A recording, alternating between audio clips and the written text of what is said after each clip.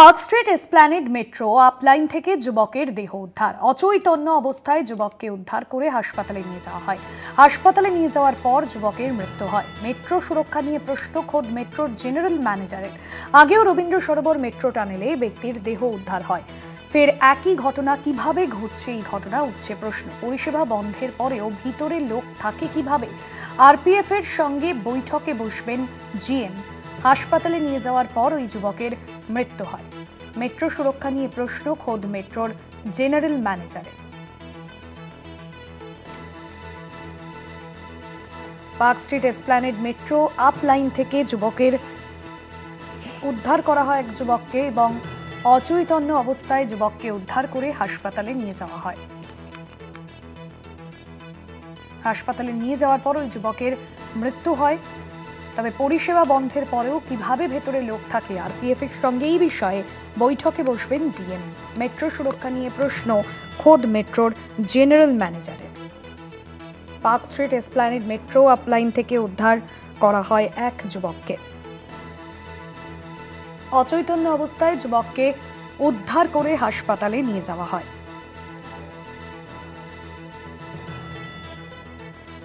শাশ্বতী রায় রয়েছেন আমাদের প্রতিনিধি সরাসরি নিউজ রুম থেকে। শাশ্বতী, যে মেট্রো আপলাইন থেকে উদ্ধার হয় যুবকের দেহ, এবং এখনো পর্যন্ত মেট্রো রেল কর্তৃপক্ষ তারা এই বিষয় নিয়ে কি জানাচ্ছেন? সুরক্ষা নিয়ে তো প্রশ্ন উঠে যাচ্ছে।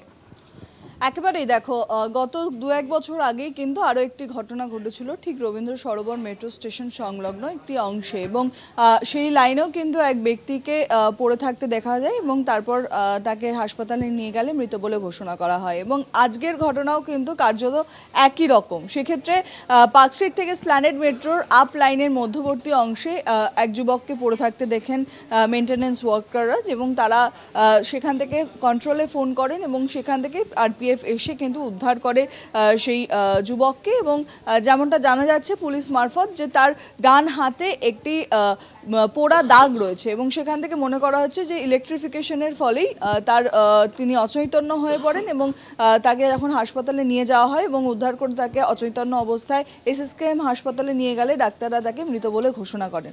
কার্যত এখান থেকেই প্রশ্ন উঠছে যে মেট্রো পরিষেবা বন্ধ হয়ে যাওয়ার পরও কি করে মেট্রোর স্টেশনের ভেতর থেকেই কেউ প্রবেশ করেছেন সেই মেট্রো টানেলের মধ্যে, সেখানে সেটা কিভাবে এড়িয়ে গেল আরপিএফদের চোখ থেকে।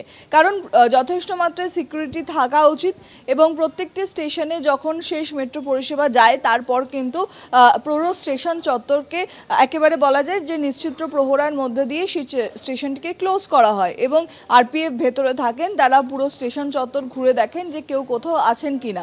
সেখান থেকে সেই ব্যক্তি কতক্ষণ ধরে টানেলের মধ্যে ছিল, পরিষেবা শেষ হওয়ার কতক্ষণ আগে তিনি ভেতরে ঢুকেছেন, সেই সমস্ত বিষয়টি কিন্তু সিসিটিভির মাধ্যমে খতিয়ে দেখা হচ্ছে। এখনো পর্যন্ত দেহ ময়নাতদন্তের প্রক্রিয়ার জন্য রাখা হয়েছে মর্গে, এবং সম্পূর্ণভাবে কিন্তু ধোঁয়াশার মধ্যে রয়েছে বিষয়টি যে সেই যুবকটি কে, তিনি কোথা থেকে এসেছেন, কখন কোন মেট্রো স্টেশন দিয়ে তিনি ভেতরে প্রবেশ করেছেন। এবং কার্যত যারা মেনটেন্যান্স ওয়ার্কার তাদের চোখে না পড়লে পরিষেবা যখন সকালে চালু হতো তখন গিয়ে কিন্তু ধরা পড়তো সেই যে একটি যুবক সেখানে পড়ে আছেন।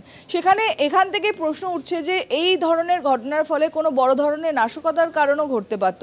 সেটা নিয়েই আজকে জিএম প্রশ্ন তুলেছেন, এবং আরপিএফ এর সঙ্গে আজকে বৈঠকে বসবেন তিনি, এমনটাই মেট্রো রেল সূত্রে খবর। সেখান থেকে দাঁড়িয়ে এই সম্পূর্ণ বিষয়টিকে কিন্তু একেবারেই হালকাভাবে নিচ্ছেন না, কারণ মেট্রো সুরক্ষার দিক থেকে এই বিষয়গুলো যথেষ্ট গুরুত্ব পাচ্ছে। এবং আগেরবারও দেখা গেছিল যে দীর্ঘ তদন্ত প্রক্রিয়া চালার পরও কিন্তু কোনো সুরাহা মেলেনি, এবং সেখান থেকে মনে করা হচ্ছিল যে রবীন্দ্র সরোবর মেট্রো স্টেশন যেখানে শেষ হচ্ছে তার যে বাউন্ডারি ছিল সেখান দিয়ে হয়তো সেই ব্যক্তি ঢুকেছিলেন। কিন্তু এখানে এই আজকের ঘটনার ক্ষেত্রে এই যুবক কোথা দিয়ে ঢুকলেন এবং তিনি কি কারণে মেট্রো সুড়ঙ্গে প্রবেশ করেছিলেন, তিনি আত্মহত্যা করার চেষ্টা করার জন্যই কি মেট্রোয় ঢুকেছিলেন, না অন্য কোনো কারণ ছিল, সেটা নিয়েই কিন্তু প্রশ্নচিহ্ন তৈরি হচ্ছে। একদমই ধন্যবাদ জানাবো শাশ্বতী। সরাসরি ছিলেন নিউজ রুম থেকে আমাদের প্রতিনিধি শাশ্বতী রায়।